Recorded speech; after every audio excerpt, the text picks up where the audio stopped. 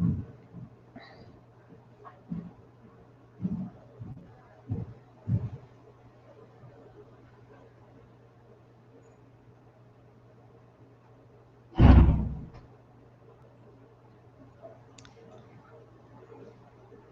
morning, members of the Oireachtas, Your Excellencies, distinguished guests, ladies and gentlemen. My name is Noelle O'Connell and I'm the Executive Director of European Movement Ireland. I would like to extend a very warm welcome to you all attending today's European Movement Ireland briefing on Germany's presidency of the Council of the European Union. We are also delighted to have this opportunity to launch European Movement Ireland's German Presidency calendar, one of our flagship publications. It's available for download from our website, europeanmovement.ie, as you see now on the screen, and it will be continually updated during the course of the German presidency, whose priorities are driven by its motto, Together for Europe's Recovery. And it is the 13th time that Germany has held the presidency, the first in 1958, and most recently in 2007. It's wonderful to have a sold-out virtual event this morning. Normally, as I was mentioning to the Minister and the Ambassador, as you all know, we would be perhaps in the Italian room in the Department of the Taoiseach or in Ivy House in the Department of Foreign Affairs and Trade. But these are the times we live in. But we're delighted to see so many of you joining us online for a very distinguished panel of guest speakers for this morning's German presidency briefing.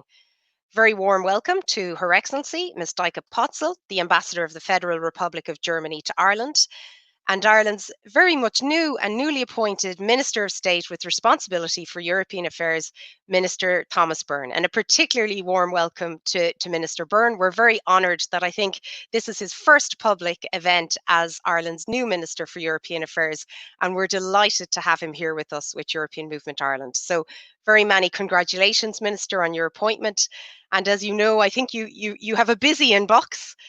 Your role as Minister for European Affairs is of considerable importance, with many topics to be looked at and discussed in terms of the EU's response to COVID-19, the new EU budget, and of course, Brexit is still there, as well as many other issues.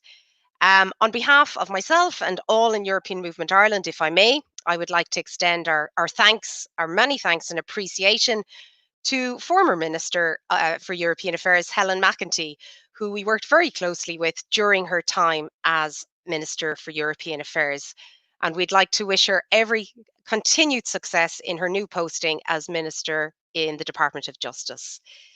And I hope that today's event, which promises to be a compelling and insightful discussion on the priorities of German presidency of the Council of the EU, will be the first of many that EM Ireland will host with you, Minister Byrne, and we very much look forward to working with you. I would also like to offer our thanks and appreciation to the Croatian ambassador, Davor Vidic, ambassador of the Republic of Croatia to Ireland, whose own country's presidency has just concluded. And I think it's fair to say Croatia successfully guided the EU through what was without doubt a very daunting and challenging time for the European Union. But many thanks and congratulations to you, Ambassador, and we look forward to working with you going forward. Before we begin, I might offer a few words on European Movement Ireland. As those of you in attendance may already know, but perhaps we have some new virtual attendees who might not be as familiar with us, but our core mission is to strengthen the connections between Ireland and Europe, and we do this by increasing awareness and understanding of European issues by acting as a bridge between Ireland and Europe. And since 1954, for over 65 years, we have worked on these goals through publications, programmes, events, outreach and engagement, making us Ireland's longest operating not-for-profit membership organisation dedicated exclusively to connecting Ireland and Europe. And today's webinar is one of our multiple policy webinars that we have recently hosted, as have many organisations since about the 12th or 13th of March. We did our annual Ireland and the EU Red Sea poll launch with Dr. Katie Hayward from Queen's University and RT's Europe editor Tony Connolly. We've held interviews with Ireland's member of the European Court of Auditors, Tony Murphy, Vice President of the European Investment Bank, Andrew McDougall, the European Ombudsman, Emily O'Reilly, webinars with the European Commission representation with Andreas Schwartz, from the Director General for Budget, and with Karen Banks, Deputy Director General for the Legal Service of the European Commission, and most recently with the European Parliament with MEP Sean Kelly on the Celtic Interconnector. And we're delighted to say that our next event will be on Wednesday, the 15th of July at 11 a.m., where Professor Gavin Barrett of UCD School of Law will be moderating a panel on the summer that has been, that is, and that will be for the European Union, with former Secretary General of the European Commission, Catherine Day, and Rory Montgomery, former Second Secretary General of the Department of Foreign Affairs, and myself. And details are all available on our website, europeanmovement.ie. Indeed, our catalogue of online webinars is increasingly comprehensive and informative, and have become a central part of our ongoing efforts to reach to our audience and to connect with you all despite the current difficulties and challenge.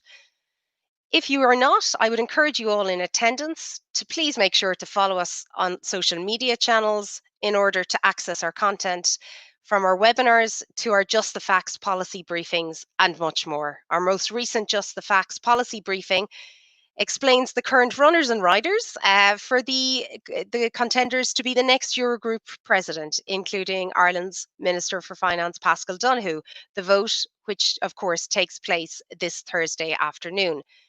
For those of you who are not already members, I would ask you and encourage you to please consider becoming a member of European Movement Ireland, because very simply, it is central to our organisation, it is crucial to what we do, to our work, and it is through your support and your engagement that enables us to engage with the public on Ireland on European issues and to continue to promote Ireland's place in Europe.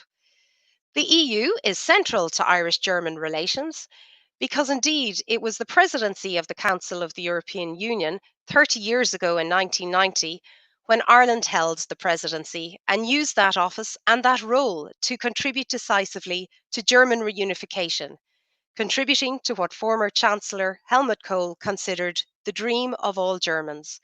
And Ireland's relationship with Germany has continued to go from strength to strength, politically, economically, and culturally. We are determined to build on what is already firm ground to further enhance our relationship with Germany, indeed with other European member states. And it's fair to say that Germany's presidency of the Council of the EU is one which will require considerable fortitude and indeed careful planning, with issues extending well beyond responsibility for the recovery of the coronavirus pandemic to areas and topics including European solidarity and social cohesion, relationships with the United Kingdom, and the role and influence of Europe on a global stage. I am assured by the comprehensiveness of the programme for the German presidency, of its commitment to Europe's green and digital transition, and the fundamental importance of the rule of law. And I'm confident that despite the many challenges it will have to overcome, the German presidency will prove successful. As is tradition, and in terms of the virtual housekeeping for our long running European Movement Ireland presidency briefings, the running order for today's webinar will see Ambassador Potzel delivering her opening remarks on the programme for the German presidency and the way it connects on the European Union. Following that, Minister Byrne will then deliver his keynote address. And lastly, we will be accepting questions from you all. So please do feel free to engage. We want to have a lively discussion with the Minister and the Ambassador. You can email in your questions to events@europeanmovement.ie or through Twitter using the hashtag at EU 2020DE, but please make sure to tag us at EM Ireland. My colleagues will be monitoring all the social media platforms and they'll be sending me the questions that I'll be posing to the Minister and the Ambassador at the end of the briefing. I want to thank you all for being with us. It promises to be a very informative and compelling webinar. I am delighted to hand over to Ambassador Potzel, who has been ambassador here to Ireland since 2017, is well known to all of us, is an excellent friend to all of us, She has a distinguished record and career, not least having previously served in Iran. She was Deputy Director General of Central Services in the Ministry of Foreign Affairs in Germany, and she was previously Head of Personal Office of President Joachim Gauck. So we're delighted to have her presenting to us. And before she delivers her address, there will be a short video on the German presidency of the Council of the EU, and then Ambassador Potzel. Thank you.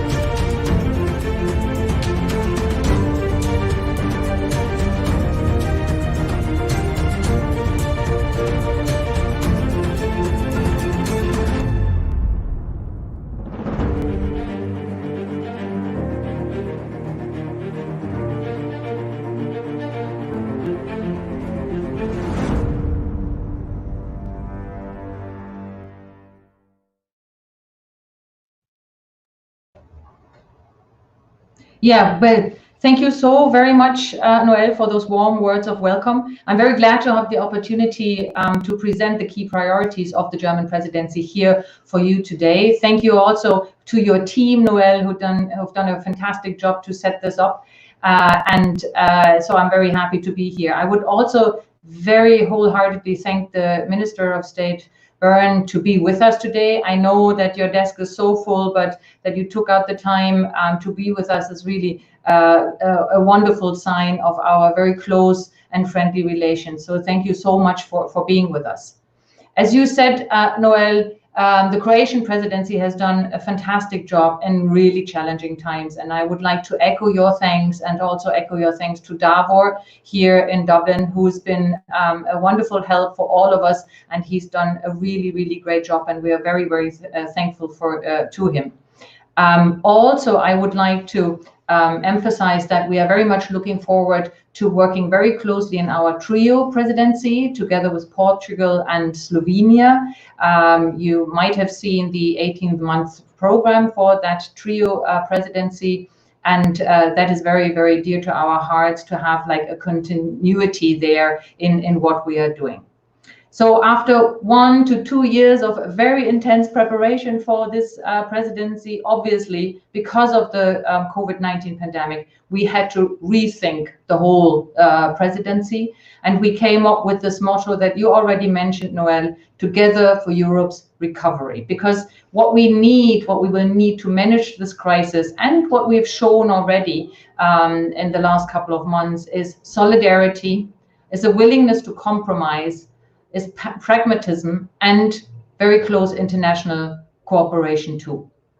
So in our program, which is about 26 pages long and which you can find on our website, which is that one actually, presidency website, you will find guiding principles that we laid down for the presidency. And those are obviously, first of all, overcoming the COVID-19 pandemic permanently, and including the economic recovery that is necessary. We want a stronger and a more innovative Europe. We want a fair Europe, a sustainable Europe, a Europe of security and common values, and a strong Europe in the world. Now, German Foreign Minister Maas recently said that we want to be a driving force and a facilitator in our role as presidency, in order to build bridges to jointly make progress in these endeavors. So we also feel that the German presidency faces very high expectations everywhere, and many challenging tasks lie ahead. So we remain ambitious, of course, with a clear goal, and we want to really work with our partners in unity and in solidarity in the coming months.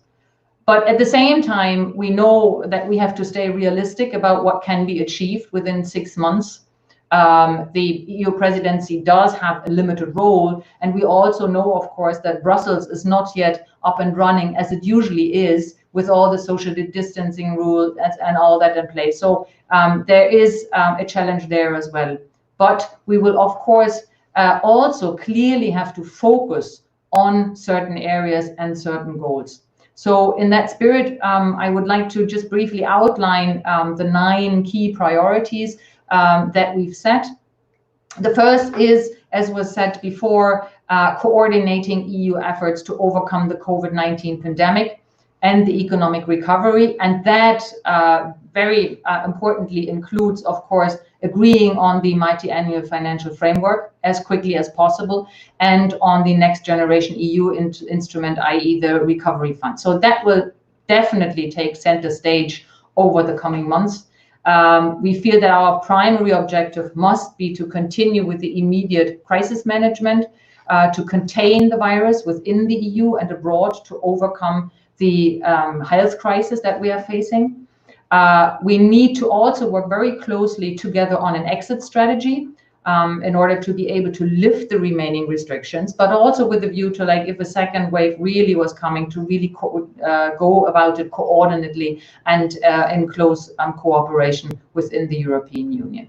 And of course, it is also our aim to re-establish the European single market that is of very high importance.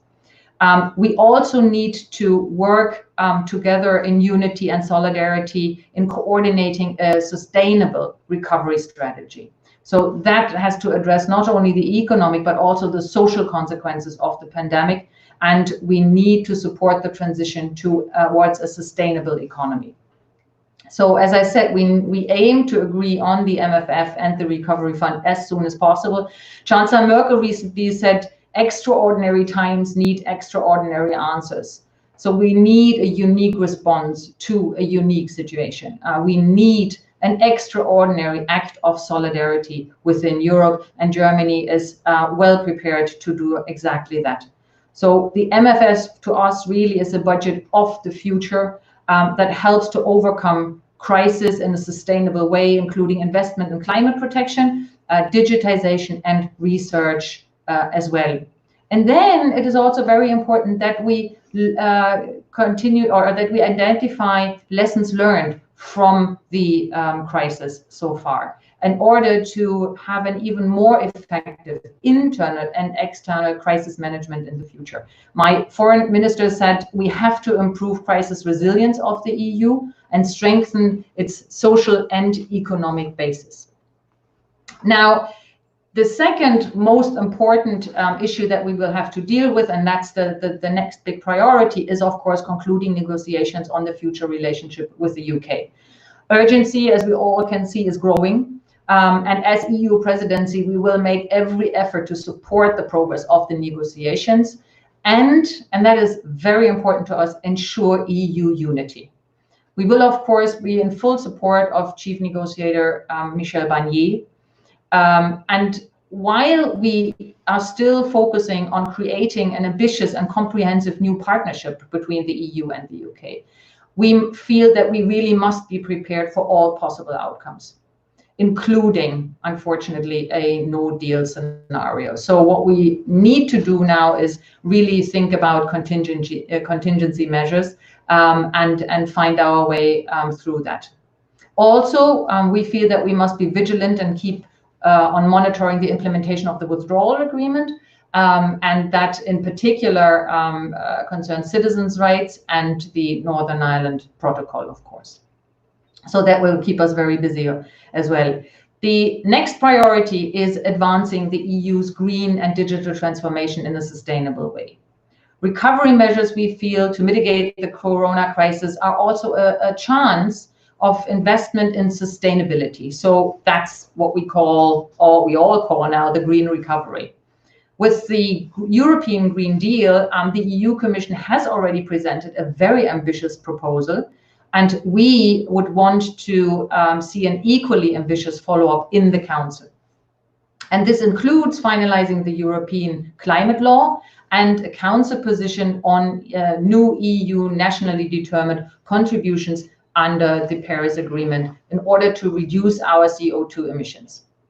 Another important element is pushing for a European concept for the implementation of the 2030 SDGs in the EU. And we also, I think, have all seen in this crisis that we need an increased European digital and technological sovereignty. And we will promote the build-up of an efficient and trustworthy European data infrastructure, as well as supporting a resilient, value-based digital transformation. Next priority would be strengthening European solidarity and social cohesion. Now, that is extremely important to us as the presidency. We want to make progress in the implementation of the European pillar of social rights. That means within the EU framework for national minimum wages or minimum security schemes. We also want to develop an unemployment insurance scheme on the basis of a Commission proposal. We are committed to strengthening the youth guarantee and tackle youth unemployment. And we will also promote gender equality. Yesterday, the trio ministers of justice have signed an agreement on that as well. Our focus will be on equal pay between men and women, empowering women in leadership positions, and also combating gender-based violence. Next priority is making progress on EU's migration and asylum policy. We need to set the course for a sustainable European refugee and migration policy. We need a restart of the European refugee and migration policy based on solidarity and shared responsibility. We aim for a common European asylum system which ensures responsibility sharing, efficiently curbs secondary migration, one that lives up to humanitarian standards and fundamental European values, and truly alleviates the burden on frontline member states. That is so very important. So European migration policy should strengthen cooperation and equal partnership with countries of origin and transit too. So that is another really important issue for us. And then I come to the next one, which is equally important, strengthening the rule of law as a key foundation of the European Union. We need to ensure the respect for the rule of law in peaceful times, as well as in times of crisis, when it's even more important to really demonstrate that we are very serious about our fundamental values. And what we need in addition to existing procedures is, we believe, a preventive and forward-looking mechanism allowing for an open and constructive dialogue on this issue. And therefore, we plan to start a comprehensive discussion in the Council on the basis of the first annual Commission report on the rule of law, which we will have in autumn. So the rule of law regulation is a core element to us of a modernized multi-annual financial framework as well. So we therefore support the Commission's proposal to make EU spending conditional upon respect of the rule of law in member states. And to round that up, of course, there are the Article 7 procedures in the Council and the Commission's infringement procedures as well going on. Last but one priority that I want to mention is stabilizing our neighborhood partnership with Africa and a united position on China. Regarding the EU's external action, we must really demonstrate our joint capacity to provide tangible support, especially to our most immediate neighbors, and that means the Western Balkans and also our eastern and southern neighborhood, and in our neighboring continent, Africa. So during our presidency, we seek to finalize the negotiation frameworks and start first accession talks with North Macedonia, and if possible also with Albania once it fulfills the necessary conditions. We also need to strengthen the EU's partnership with Africa. Now, the Chancellor has been very adamant and very clear about that just recently again relations with Africa will be one of the first foreign policy priorities for us. And we still hope that social distancing rules will allow the envisaged EU-AU summit to take place as scheduled in October, at the end of October. Moreover, we want to strengthen the EU's overall capacity as a powerful foreign actor at global level. We want to broaden the consensus on a more united stance towards China. But we also hope that the coronavirus conditions will still allow the EU-China leaders meeting to go ahead. It had to be postponed, but we still hope that it might go ahead during our presidency, nevertheless. Last priority is strengthening the EU's capacity to act at the global level. We feel that European policy must strengthen Europe's ability to act globally in order to really defend European values and European interests as well, and to live up to our responsibility in the world. The Chancellor again made that point very strongly when she briefed the Federal Council in Germany on Friday. And our foreign minister put it, I think, very clearly as well. He said, we don't want to be patronized. We want to go our own ways and shape geopolitics, and with that geopolitics, and need to work really on that. And we feel that Team Europe is exactly the right concept for a strong European response to the current challenges on a global level. We certainly wish to play our part as a presidency in putting that concept into practice. We will continue also to pay special attention to ongoing crisis situations, which are also of crucial importance to European security. And that, of course, means key CFSP dossiers like Libya, Sahel, Iran, the GCPOA, Syria, and the Middle East peace process. And of course, we also are working towards revitalizing the high-level political dialogue between the EU and the United States. And on a different issue, of course, we will also follow up on stock taking regarding the implementation of the 5 EU principles towards Russia during our presidency. So those were the main priorities that I wanted to highlight. And just a little hint there, we are also doing something on the cultural side. We introduced a very innovative program, which is coordinated by a Danish-Icelandic artist who is based in Berlin, Olafur Eliasson. You might have heard about him. And he really wants to bring in young people from Europe to join in, share their thoughts about the future, their hopes, their anxieties. And we hope that as many young people will join in. So please do spread the word. It's a fantastic opportunity, really, to bring people from all over Europe together, and especially young people, to have them share their thoughts with us. So with that, thank you so much for giving me the time. Thank you so much for listening to me. And I pass on, I think, back to Noelle. Thank you very much. Thank you very much, Ambassador. Wow, what a busy 9 priorities and program that the German presidency has in store for the next 6 months. But fantastic to see that level of ambition, that level of determination, and I think with the Team Europe concept, I'm very confident and hopeful that the German presidency will continue to be as successful as it is, and leading in the trio presidencies. Very welcome to hear. So thank you, Ambassador, for that very comprehensive address. I'm now delighted to invite our Minister for European Affairs, Minister Thomas Byrne, to deliver his keynote address.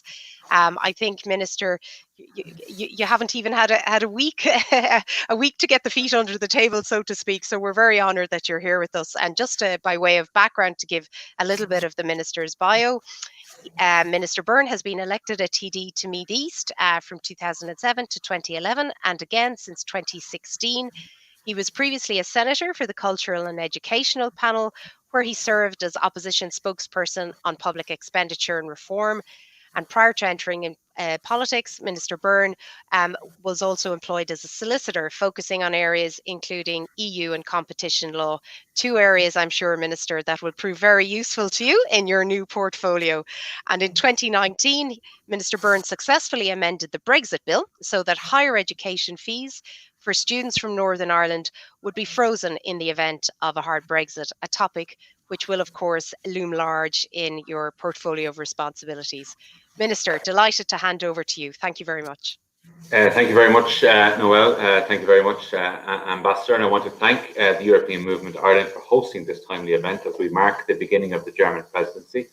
And indeed, when I was a solicitor working in EU law, I attended a number of events to the European Movement at that particular time, never imagining I would be Minister for EU Affairs in the government. I want to thank the Ambassador for her opening remarks, which I think very clearly outlined Germany's priorities for the presidency for the coming 6 months. My colleagues and I in government look forward very much to working closely with the German presidency. I'm delighted to be attending this first such event in my new role as Minister of State for European Affairs. I think it's fitting that EMI hosts this event. They've done so much in recent years to promote and foster an interest in European affairs among the Irish public. And I'd like to thank particularly Noelle O'Connor and her team for their work in making today's event possible. And in fact, in making it as professional and as interactive as possible as well. I think the whole setup is just it's fantastic and speaks to the deep expertise in European Movement Ireland. As part of my role, I look forward to regularly meeting with my European counterparts. That's not going to happen in the next few weeks, obviously, with travel restrictions. But I will be in touch with my new colleagues in the coming days and weeks. And indeed, I look forward very much to the next meeting, I think a virtual meeting of the General Affairs Council on 15th of July, where we will work on preparations for the next meeting of the European Council and on the Conference of the Future of Europe.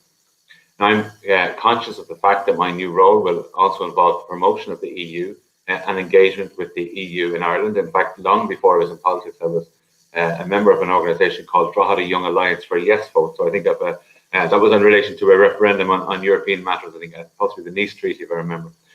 So I know that many of you watching today work in the area of EU affairs or for organisations that have an interest in the EU, and I'd like to reassure you of my long-standing interest in the European Union, and in particular in its benefits for our country. And I think I would always say the expression of our sovereignty is actually being at the table in Europe and having that voice there and being a partner with our European partners. And I look forward to working with you all and hope we can meet in person at some point when public health rules allow.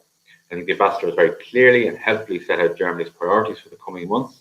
And I thought it would be helpful if I did the same in respect of where Ireland stands as well. Every presidency relishes the opportunity, of course, to be centre stage of the European Union, and no more so than in this country when we had presidencies, and to focus on the priorities that it has identified for 6 months ahead. But no presidency could have expected to be facing the challenges now faced to restore European solidarity, to build that European recovery, to strengthen European resilience in the face of the tremendous damage done to societies and economies and public health by COVID-19. As the European Union emerges from this critical, we hope emerges from this critical phase of the health crisis that is affecting us all, we must turn our energy and efforts to shaping the economic recovery that's now required. I think what we've learned in the last few months is that solidarity between member states is more important than ever. I think we all need to pull together to forge this pathway to recovery. And that's why I think the proposals made by Germany and France on the 18th of May were so important and so ambitious. It was this leadership and vision which formed the basis for the Commission's revised proposal for the next multi-annual financial framework and the recovery instrument, Next Generation EU, which together will support a green, sustainable and digitally driven recovery. A recovery that will repair the single market and strengthen it in the key area of services. The combined value of this proposed package is €1.85 trillion. That is on top of the package of €540 billion already agreed by the European Council to provide backstop support to member states, to small and medium-sized businesses and to workers. This is the scale of unprecedented response needed to address an unprecedented crisis, as the Ambassador has quoted fairly Chancellor Merkel. The Taoiseach will take a very constructive approach to the MFF negotiations and to the new recovery instrument. That's not to say we're in a perfect place already. There's still a lot of work to be done to ensure what we believe needs to be a fair and equitable outcome that addresses the challenges faced by all member states. I think it's important that the Recovery Fund takes account of the real economic impacts that we have experienced in such a short space of time. The continuation of a robust common agricultural policy is another key priority for Ireland. This is all the more important against the backdrop of Brexit, which poses significant challenges, particularly for the agri-food sector in Ireland. Brexit will have an impact across many sectors of the Irish economy. Coupled with the COVID crisis, we risk a cumulative impact that will weaken the recovery now starting to emerge. That is why we will be looking to the EU budget to assist those member states most impacted by the UK's departure from the European Union.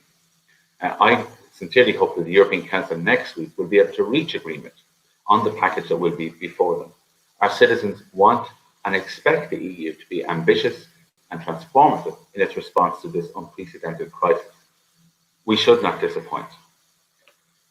Discussions around the MFF and then the new recovery instrument feed into the broader discussion of how we should rebuild our economy in a post-COVID world. At both the national and European level, our recovery plans should bring renewed, sustainable progress and prosperity back to Europe and to her citizens. In April last, Ireland jointly signed a letter with 16 other EU member states that called on the EU to put the European Green Deal at the heart of resilient post-coronavirus recovery. Now, as economies slowly reopen and countries begin to lift restrictions, it is more important than ever that we renew focus on the European Green Deal as the growth strategy at the heart of a resilient economic recovery, while at the same time addressing the global climate emergency, of course. The crisis has meant that the piece of legislation relating to the European Green Deal has slowed in comparison to what was originally envisaged for 2020.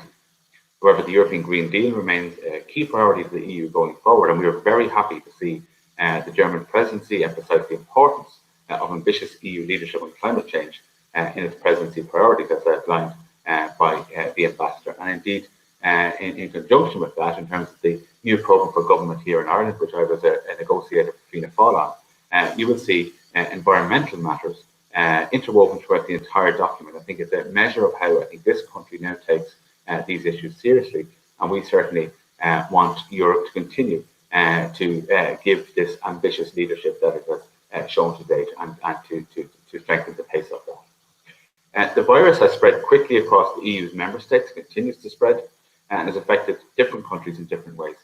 This inevitably has had an impact on the functioning of the single market, as different member states adopted emergency measures to counteract the effects of the pandemic. Going forward, therefore, Ireland will work with our EU partners to restore and strengthen the single market's integrity in the post-COVID world. In addition, we will work to complete the digital single market and the single market for services. These past months have demonstrated just how vital digital infrastructure is for all members of society.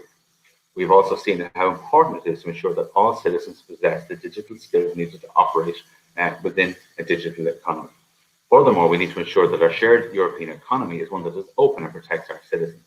In relation to digital matters, I think it's very important to remember that many of the requirements of our citizens are what some citizens have as very basic essentials at home. Many of our citizens don't have.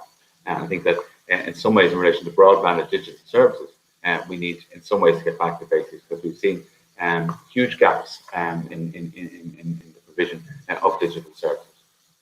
As we look, though, to a new normality, ensuring that Europe is at the forefront of developing digital technology and services will be a key priority for the EU and indeed for Ireland. Now, I welcome the priority that the Ambassador and the German Presidency gives to the issue of Brexit. I think this presidency comes at a critical juncture in the Brexit process, and we look forward to working very closely with you and with all our EU partners as we move forward. Ireland wants to see the closest possible relationship between the UK and the EU, but of course, any deal concluded must protect the European Union's strategic interests. We cannot countenance arrangements that will undermine our long-term interests or the integrity of the single market, which is crucially important for us. EU UK discussions are ongoing, is in place for July and August. Now, we hope that this intensified schedule of talks can help to bridge the gaps on the key issues, such as fisheries, the level playing field, law enforcement, and judicial cooperation and governance. Addressing these issues is the key to progress. We think the best way forward for the EU and the UK is on the basis of the political declaration. We will continue to keep in very close contact with our EU partners in relation to Brexit in the months ahead. But we are the member state most impacted by the UK's departure, and we have undertaken and continue to undertake significant domestic preparations for Brexit. This work across government and across society will intensify in the months ahead. In addition to domestic measures, EU-level readiness measures will also be important, and many key decisions in relation to this will be made during the German presidency. This includes work to ensure that the UK land bridge remains an essential route linking Ireland with the rest of the single market, particularly for time-sensitive goods. There has been close collaboration between Ireland, France, Netherlands, Belgium, Germany, of course, and the Commission to address concerns among member states over elements of the new official controls regulation. We appreciate how helpful the Commission have been in bringing forward proposals for solutions. Our shared work on this issue is a good example of EU solidarity. Implementation of the protocol on Ireland, Northern Ireland, as agreed between the European Union and the UK during the transition period is vital. The protocol provides real solutions to the issues raised by Brexit for the island of Ireland, and importantly, protects the integrity of the single market and Ireland's place within it. We welcome that 2 meetings of the Joint Committee have taken place and look forward to further engagement in the Specialised Committee on the Northern Ireland Protocol. We need early operational engagement between the UK and the EU, where the UK can explain in detail how it will fulfil those commitments under the protocol, including detail on important issues such as how customs and VAT will be managed. Certainty for business and the community in Northern Ireland on how the protocol will operate is absolutely vital. Like so many times in the past, the EU's future will be determined by the strength of its recovery from the crisis. But I am confident, in fact, I know the EU and its member states will work together to achieve a successful recovery. The proposed conference on the future of Europe would provide an opportunity to consider the challenges that we face and our policy priorities in addressing them together. The conference provides a forum for us to build and strengthen our trust and ensure that new policies and strategies affect the needs and concerns of citizens.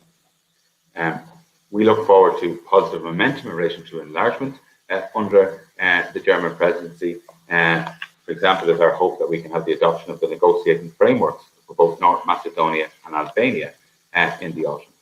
Ireland continues to support the enlargement process. I'm very glad that the ambassador has mentioned the rule of law, which is obviously a key priority for the German presidency. I would like to briefly address this as well. And can I say that Ireland firmly supports the rule of law as a core value of the European Union and indeed of our country. The rule of law is and should remain a fundamental principle that all European Union member states respect, protect and promote. We strongly welcome the priority given to rule of law by the new Commission and the development of the new rule of law mechanism. We have fully participated in the preparatory process for the first annual report on the rule of law, and we look forward to its publication in September and subsequent discussions at the General Affairs Council, which I particularly look forward to being positive myself.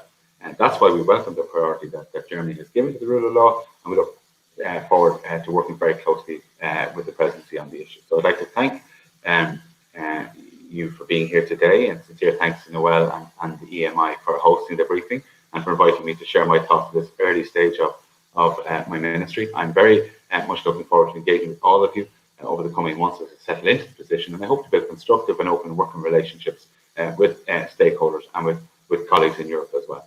As we've seen, the European Union faces a number of distinct challenges over the coming months. The new government is committed to maintaining Ireland's place at the heart of Europe, and I would urge you all, if you haven't already, to examine the programme for government. You will see that the European Union and Ireland's place there is at the heart of many of the government's priority, and with detailed commitments in relation to Europe and the European Union. I would like to conclude by thanking the outgoing Croatian presidency, of course, in particular Ambassador Bedic, for their work in guiding the Council of the European Union in what were extremely difficult circumstances. And once again, I'd like to wish the German presidency and Ambassador Potzel the very best for the term ahead. Gurmagat, Minister Byrne, thank you very much for that very comprehensive overview of Irish priorities as we face into a busy 6 months and during the German presidency, and not least, Minister, giving us a bit of a taster of what is in your inbox and your really ambitious priorities for your own role. So we wish you every success and good wishes, and lots of questions are flowing in equal measure. So I'm going to do my best to kick on, and delighted to hear you mention there, as you mentioned, the programme for government. Our next European Movement Ireland Just the Facts policy briefing will follow on from our previous Just the Facts, where we looked at the programme for government in relation to all matters EU related and Brexit. So we'll be issuing an update on that next week. So please do stay tuned. And thank you very much for your very kind words on ourselves. So questions, I might start, Deike, with yourself. From one of our members, long-standing members, Tom Ferris is wondering, is the ambassador optimistic that can agreement be achieved by the UK and the EU to enable the UK exit the EU in an orderly manner on the 1st of January 2021? So a bit of a Brexit theme, Deike. What are your thoughts on that? Well, I'm an optimist by profession, I would say.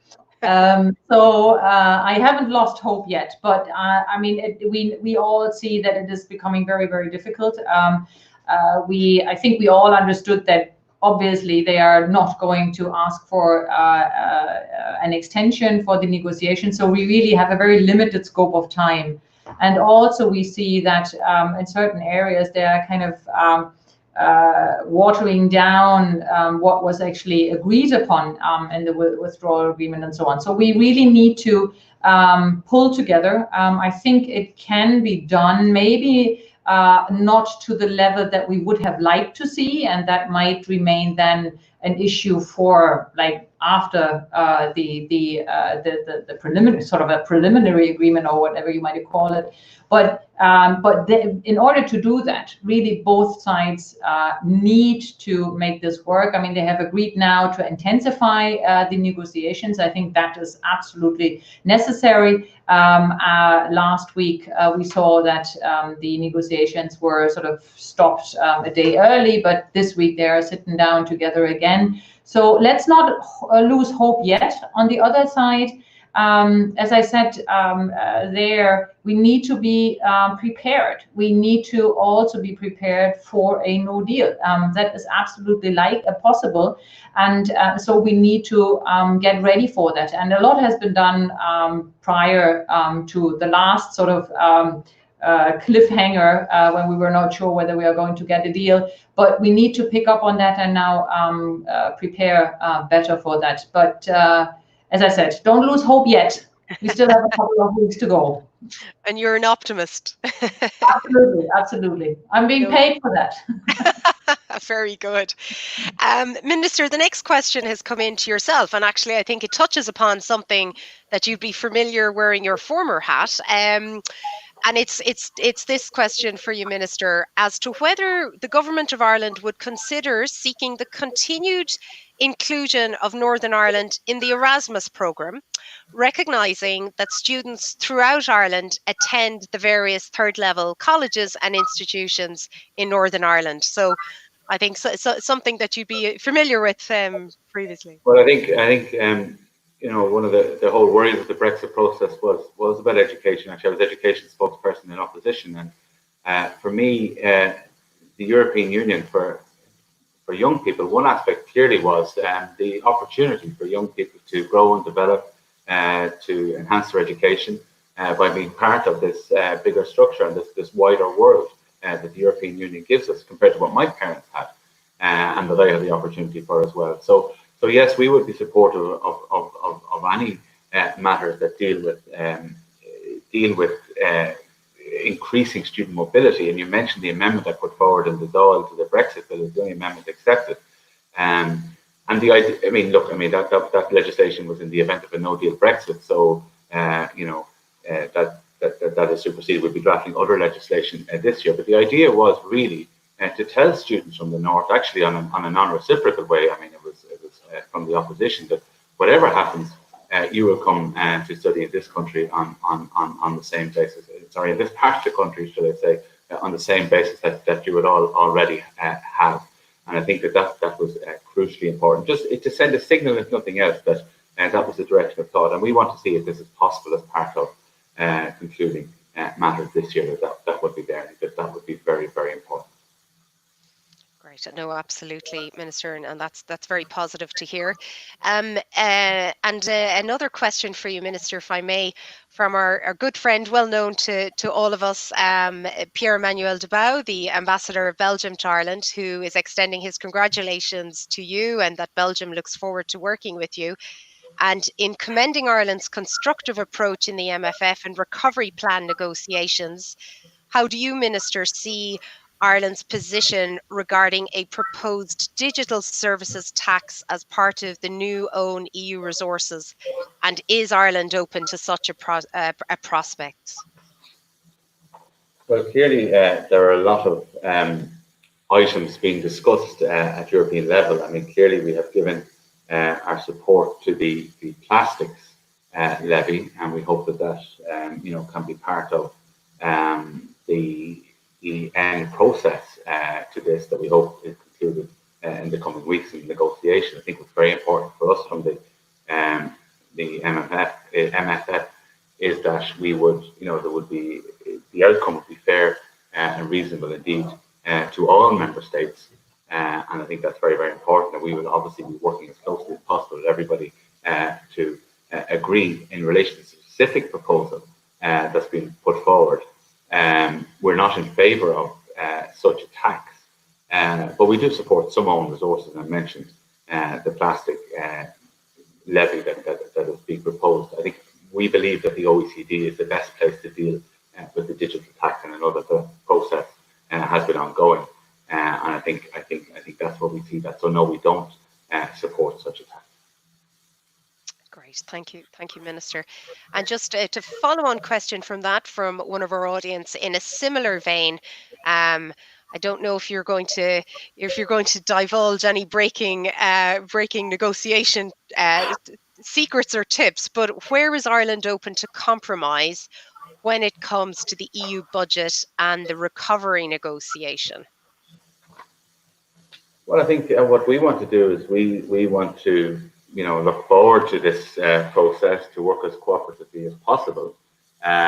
We want an agreement. I think that's very, very clear. I think as I said in my comments, that I think it's very important that agreement is reached. Our citizens need to see Europe actually working. But I mean, clearly we have huge concerns. We have unique concern in relation to Brexit and the Brexit consequences, where we are affected more than any other state. We have, our issue in relation to common agriculture policy is obviously clearly of huge importance, and we have said that the recovery fund needs to be fair. But we are in a position where we believe that agreement is possible, can happen, and can benefit all of the citizens of Europe. So these matters, I suppose, will be finalised at the European Council. We will inevitably, I suppose, be paying more as we develop as a net contributor, and we're prepared to do that. But that is has become a change in recent years. But I think in recognising that, I think what we're looking for, we said, what ultimately is a fair and reasonable agreement. I think that will benefit then all citizens in Europe. But our key priorities are there, and as I said, one of them is very, very unique to us in terms of the impact of Brexit, but also there are other matters that I mentioned too. Absolutely, Minister. Thank you. And Ambassador, if I might come to you, just one of the questions coming in. The way in it's a bit of a traditional question to ask in job interviews. Where do you see yourself? What are your priorities for the first 100 days? And you mentioned you're very optimistic, but equally you outlined in very comprehensive detail the incredibly ambitious presidency program priorities that Germany has. I think you touched upon 9 of them. And this is all, of course, taking place against the unprecedented backdrop of a global pandemic, the likes of which we haven't seen in our times. I mean, if you had to drill down and focus specifically perhaps on maybe 2 to 3, what would you hope when we're doing our next presidency briefing and you're handing the reins on, what would you like to, what would success for the German presidency look like, do you think? Well, I think obviously, like as I said, the major priority is to get a hold on the COVID-19 pandemic, really. So if, like, in 6 months' time, we could say that we really managed to contain the virus within Europe and hopefully also further afield, that European economic recovery is on its way, and also that we got a grip on the social effects of that pandemic and of this crisis, I think that would be a major achievement. So if we had the money in place, if we could support people and businesses, who suffered a lot, and that if that the economy can pick up again, and then we also can focus on the social issues there. I think that's one priority. The second one really would be fantastic. It would be fantastic if we did have an agreement, a comprehensive agreement with Britain, which, as the minister said, would provide for an as close relationship as possible with the UK. So that would be a fantastic result. Clearly, the third one that I would mention, and then I stop there, is like our Europe on the global stage. I think that is of very high importance to us as well. Like our relations to China, a unified position on China, and Russia, relations to Russia, but also with the United States and other partners. So I think that is, we need to, as our minister said, we need to be stronger to act on the global stage, to promote our values, to defend our values, and to also to promote and defend our interests. So I think those are the three major ones, I would say. So. Yeah. Fantastic. Well, listen, continued success and good wishes from everyone. I think we're, as you said, you mentioned that Germany wants to be that bridge, and there are very high expectations, but justifiably, I think. And I think we're all very confident and hopeful that under the German presidency, great success will follow. If I may, Minister, Ambassador, I think we're coming up to the hour mark, which is usually my cue to wrap things up and draw proceedings to a conclusion. But if I could, on behalf of everyone attending virtually, could I pay particular thanks and tribute to Minister of State for European Affairs, Minister Thomas Byrne, and all your team at the Department of the Taoiseach and the Department of Foreign Affairs for all their help and assistance, and your excellent keynote address in what is a really, really busy time that we all wish you every success in as you assume this vitally important portfolio at this crucial time for Ireland's relationship with the EU, but the EU more broadly, as you both outlined in your keynote address. And if I could also thank Ambassador Deike Potzel and all your team, Ambassador, in the German Embassy, for all your excellent contributions and assistance and engagement and support in terms of today's event, but also on an ongoing basis. And I think on behalf of everyone, we would wish you and your team continued success for what we are sure will be a busy 6 months ahead during the German presidency. And to everyone who's been following us and engaging with us online, we're live on YouTube, on Facebook. Thank you all very much for your questions and your engagement across the various social media platforms.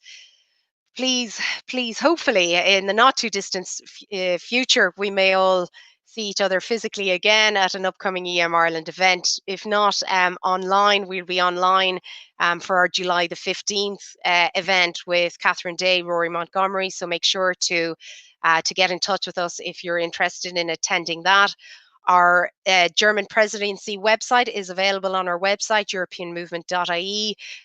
You have the German presidency logo behind the ambassador, EU2020.de. So please make sure to follow all the various social media platforms. A big thanks again to the Minister, to the Ambassador, to you, and to all the European Movement Ireland team. who have managed to achieve feats of great technical ability from different corners of the country as we've brought together today's event. So big thanks to all the team in EM Ireland, and to you all for watching. Thank you for your time and your support. Please do take care, stay safe one and all, and we look forward to seeing you again at a very upcoming European Movement Ireland event. Thank you very much.